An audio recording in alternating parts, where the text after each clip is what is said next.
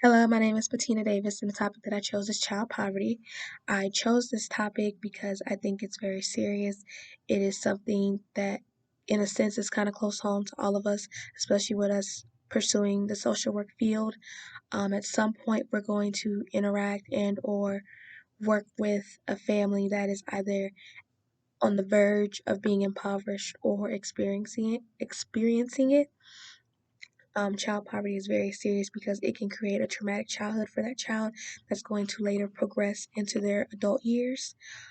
As well, child poverty can also create room for children to be deviant and participate in criminality and begin to commit small crimes.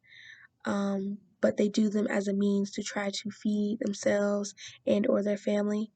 Um, Also, child poverty can cause a lot of issues to the child's mental health and their well-being, because as they mature and they grow older, they're witnessing things that they shouldn't witness as children, and as well they're experiencing things that they shouldn't have to due to them having a lack of financial resources.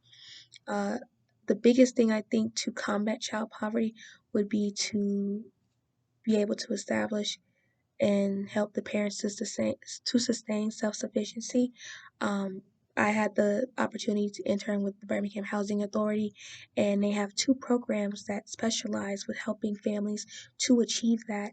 And just from seeing the programs and seeing the benefits, self-sufficiency can help a family go a long way. And as well, it helps with money management. It helps with teaching them how to prioritize as far as for with their finances, the importance of proper employment and maintaining employment.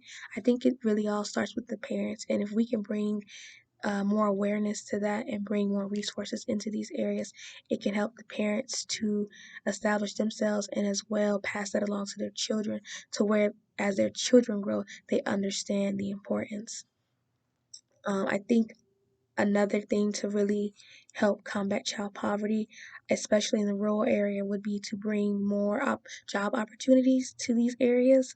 Unfortunately, a lot of the job opportunities that are there are paying the bare minimum wage, and for a household of two to three, even four, that's not enough.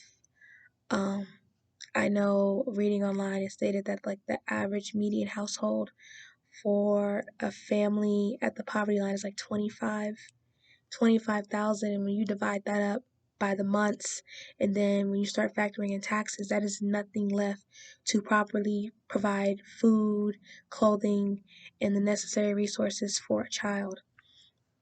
um, Congress also can play a big part in helping with child poverty. I think that a lot of politicians, they stress the importance of it and what they plan on doing just to kind of get votes, and then once they get in office, we're not necessarily holding them accountable to their promises. I think as well, when we do have these elections, we should really pay attention to who we're putting in office, especially when it comes down to them wanting to expand and or reduce the benefits that people receive and or possibly change the criteria as well.